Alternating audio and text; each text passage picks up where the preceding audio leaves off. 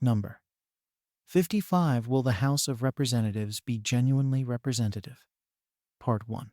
Following are 4 essays by the federal farmer. It being impracticable for the people to assemble to make laws, they must elect legislators and assign men to the different departments of the government. In the representative branch, we must expect chiefly to collect the confidence of the people, and in it to find almost entirely the force of persuasion. In forming this branch, therefore, several important considerations must be attended to. It must possess abilities to discern the situation of the people and of public affairs, a disposition to sympathize with the people, and a capacity and inclination to make laws congenial to their circumstances and condition. It must afford security against interest combinations, corruption, and influence. It must possess the confidence and have the voluntary support of the people. I think these positions will not be controverted, nor the one I formerly advanced, that a fair and equal representation is that in which the interests, feelings, opinions, and views of the people are collected, in such manner as they would be were the people all assembled. Having made these general observations, I shall proceed to consider further my principal position, viz. That there is no substantial representation of the people provided for in a government in which the most essential powers, even as to the internal police of the country, are proposed to be lodged, and to propose certain amendments as to the representative branch. The representation is insubstantial and ought to be increased. In matters where there is much room for opinion, you will not expect me to establish my positions with mathematical certainty. You must only expect my observations to be candid, and such as are well founded in the mind of the writer. I am in a field where doctors disagree, and as to genuine representation, though no feature in government can be more important perhaps, no one has been less understood, and no one that has received so imperfect a consideration by political writers.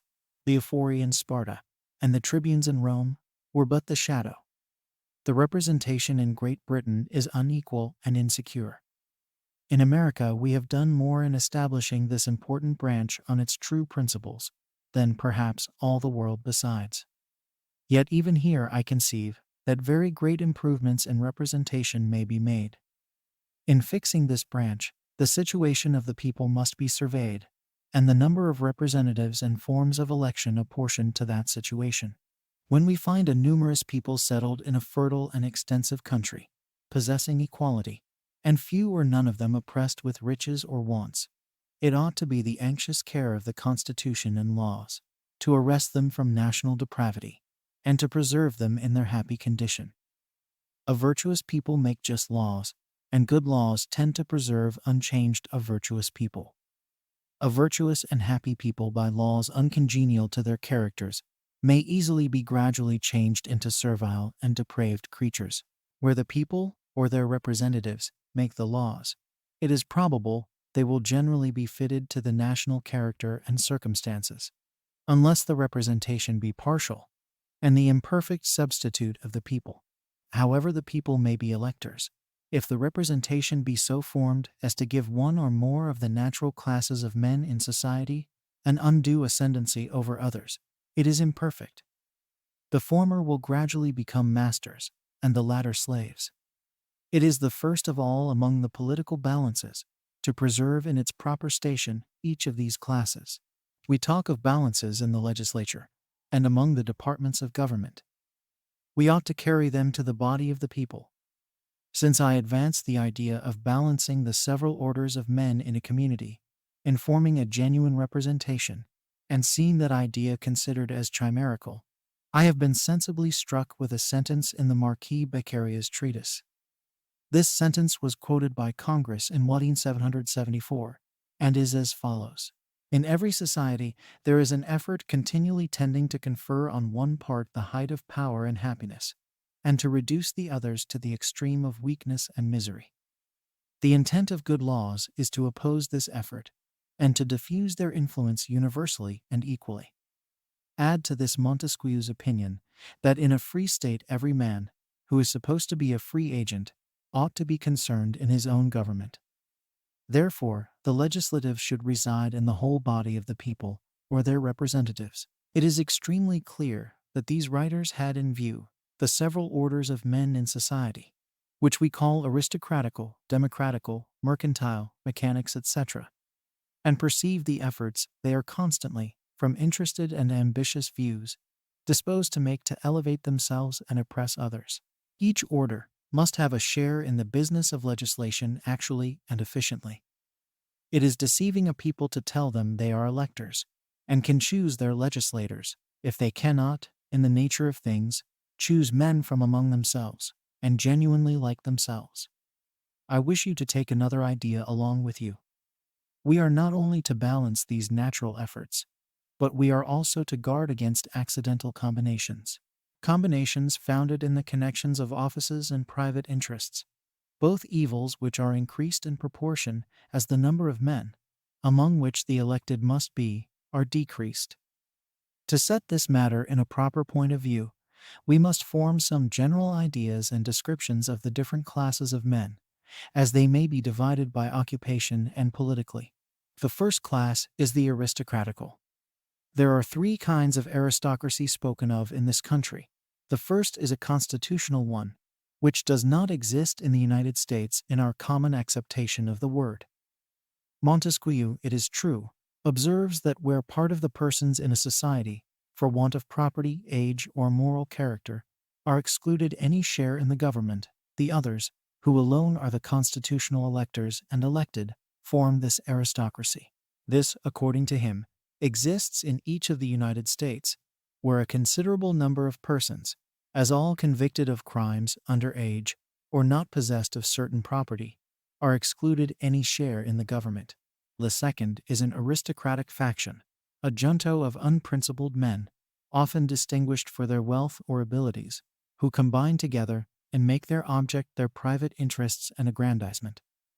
The existence of this description is merely accidental, but particularly to be guarded against. The third is the natural aristocracy. This term we use to designate a respectable order of men, the line between whom and the natural democracy is in some degree arbitrary. We may place men on one side of this line, which others may place on the other, and in all disputes between the few and the many, a considerable number are wavering and uncertain themselves on which side they are, or ought to be. In my idea of our natural aristocracy in the United States, I include about 4,000 or 5,000 men. And among these I reckon those who have been placed in the offices of governors, of members of Congress, and state senators generally, in the principal officers of the army and militia, the superior judges, the most eminent professional men, etc., and men of large property. The other persons and orders in the community form the natural democracy. This includes in general the yeomanry, the subordinate officers, civil and military, the fishermen, mechanics and traders, many of the merchants and professional men. It is easy to perceive that men of these two classes, the aristocratical and democratical, with views equally honest, have sentiments widely different, especially respecting public and private expenses, salaries, taxes, etc. Men of the first class associate more extensively, have a high sense of honor, possess abilities, ambition, and general knowledge. Men of the second class are not so much used to combining great objects.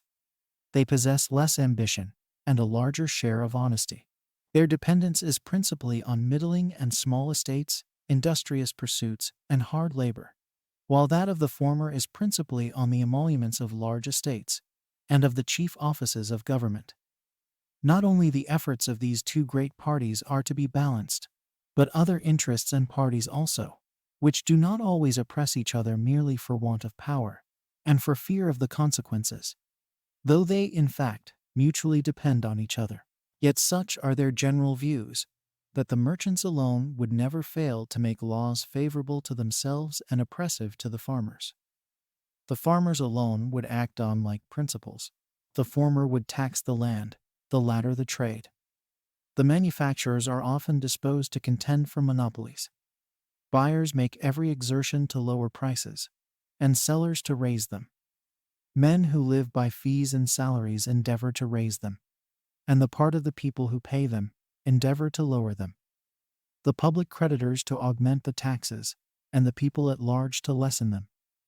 Thus, in every period of society, and in all the transactions of men, we see parties verifying the observation made by the Marquis, and those classes which have not their sentinels in the government, in proportion to what they have to gain or lose, must infallibly be ruined. Efforts among parties are not merely confined to property. They contend for rank and distinctions. All their passions in turn are enlisted in political controversies. Men elevated in society are often disgusted with the changeableness of the democracy, and the latter are often agitated with the passions of jealousy and envy. The yeomanry possess a large share of property and strength, are nervous and firm in their opinions and habits. The mechanics of towns are ardent and changeable, honest and credulous.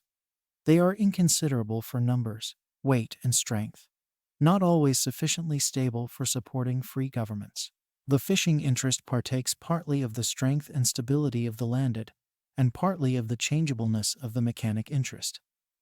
As to merchants and traders, they are our agents in almost all money transactions, give activity to government, and possess a considerable share of influence in it. It has been observed by an able writer that frugal, industrious merchants are generally advocates for liberty.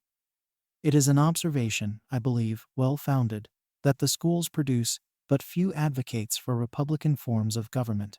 Gentlemen of the law, divinity, physic, etc., probably form about a fourth part of the people. Yet their political influence, perhaps, is equal to that of all the other descriptions of men. If we may judge from the appointments to Congress, the legal characters will often, in a small representation, be the majority. But the more the representatives are increased, the more of the farmers, merchants, etc., will be found to be brought into the government.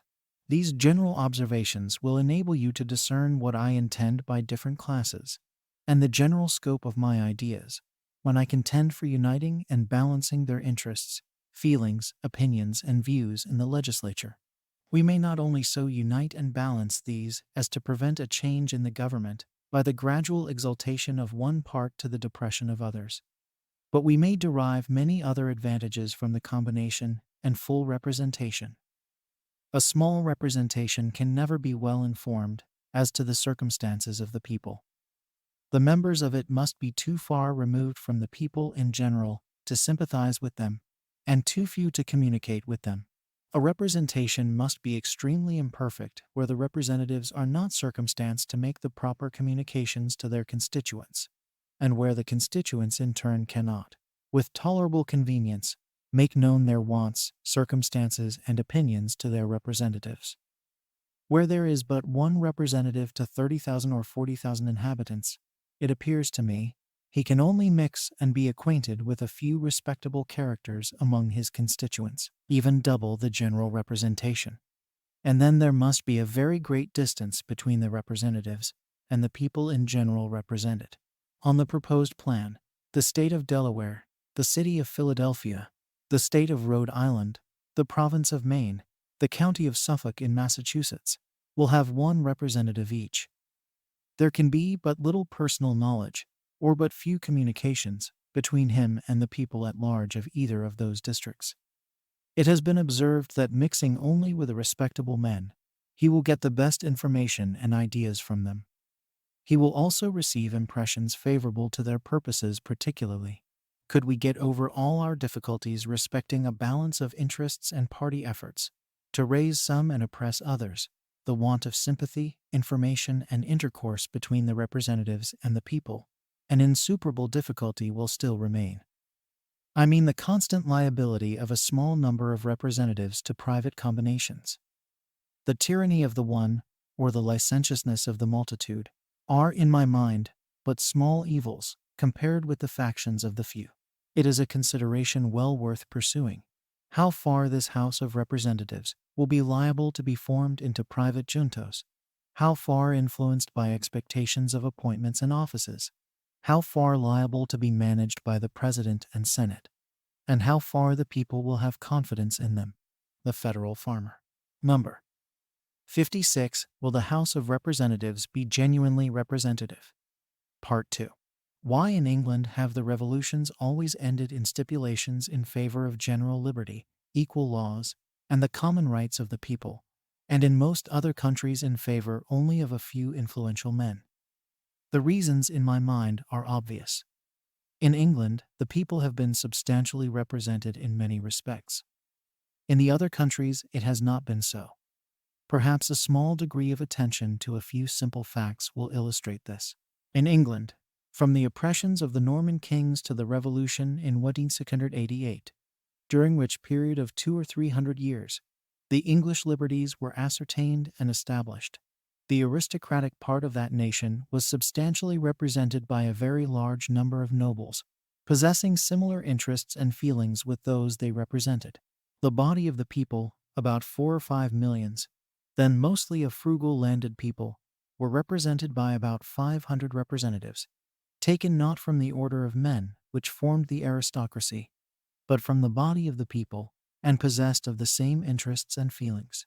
TheLawBooks, speaking of the British representation, expressly founds all his reasons on this union. This similitude of interests, feelings, views, and circumstances. He observes the English have preserved their liberties, because they and their leaders or representatives have been strictly united in interests, and in contending for general liberty. Here we see a genuine balance founded in the actual state of things. The whole community, probably, not more than 2/5 more numerous than we now are, were represented by 700 or 800 men. The barons stipulated with the common people, and the king with the whole. Had the legal distinction between lords and commons been broken down, and the people of that island been called upon to elect 45 senators and 120 representatives, about the proportion we propose to establish, their whole legislature evidently would have been of the natural aristocracy, and the body of the people would not have had scarcely a single sincere advocate. Their interests would have been neglected, general and equal liberty forgot, and the balance lost. Contests and conciliations, as in most other countries, would have been merely among the few, and as it might have been necessary to serve their purposes, the people at large would have been flattered or threatened, and probably not a single stipulation made in their favor. In Rome the people were miserable, though they bade 3 orders, the consuls, senators, and tribunes, and approved the laws, and all for want of a genuine representation. The people were too numerous to assemble, and do anything properly themselves. The voice of a few, the dupes of artifice, was called the voice of the people. It is difficult for the people to defend themselves against the arts and intrigues of the great, but by selecting a suitable number of men fixed to their interests to represent them, and to oppose ministers and senators, much depends on the number of the men selected, and the manner of doing it. To be convinced of this, we need only attend to the reason of the case, the conduct of the British Commons, and of the Roman tribunes. Equal liberty prevails in England, because there was a representation of the people, in fact and reality, to establish it. Equal liberty never prevailed in Rome, because there was but the shadow of a representation. There were consuls in Rome, annually elected to execute the laws. Several hundred senators represented the great families. The body of the people annually chose tribunes from among themselves to defend them, and to secure their rights. I think the number of tribunes annually chosen never exceeded 10. This representation, perhaps, was not proportionally so numerous as the representation proposed in the new plan. But the difference will not appear to be so great, when it shall be recollected, that these tribunes were chosen annually, that the great patrician families were not admitted to these offices of tribunes, and that the people of Italy who elected the tribunes were a long while, if not always, a small people compared with the people of the United States. What was the consequence of this trifling representation? The people of Rome always elected for their tribunes men conspicuous for their riches, military commands, professional popularity, etc. Great commoners, between whom and the noble families there was only the shadowy difference of legal distinction. Among all the tribunes the people chose for several centuries, they had scarcely 5 real friends to their interests.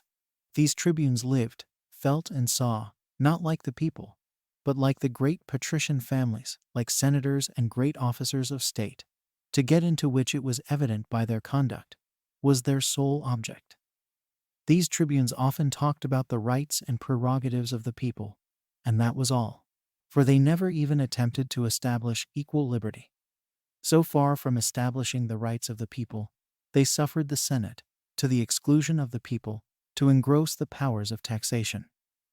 Those excellent and almost only real weapons of defense even the people of England possess. The tribunes obtained that the people should be eligible to some of the great offices of state, and marry, if they pleased, into the noble families. These were advantages in their nature, confined to a few elevated commoners, and of trifling importance to the people at large. Nearly the same observations may be made as to the ephori of Sparta. We may amuse ourselves with names, but the fact is, men will be governed by the motives and temptations that surround their situation. Political evils to be guarded against are in the human character, and not in the name of patrician or plebeian. Had the people of Italy, in the early period of the Republic, selected yearly or biennially 400 or 500 of their best informed men, emphatically from among themselves, these representatives would have formed an honest, respectable assembly, capable of combining in them the views and exertions of the people, and their respectability would have procured them honest and able leaders, and we should have seen equal liberty established. True liberty stands in need of a fostering band. From the days of Adam she has found but one temple to dwell in securely. She has laid the foundation of one, perhaps her last in America. Whether this is to be completed and have duration is yet a question. Equal liberty never yet found many advocates among the great. It is a disagreeable truth that power perverts men's views in a greater degree than public employments inform their understandings. They become hardened in certain maxims and more lost to fellow feelings. Men may always be too cautious to commit alarming and glaring iniquities, but they, as well as systems, are liable to be corrupted by slow degrees. Junius well observes, we are not only to guard against what men will do, but even against what they may do.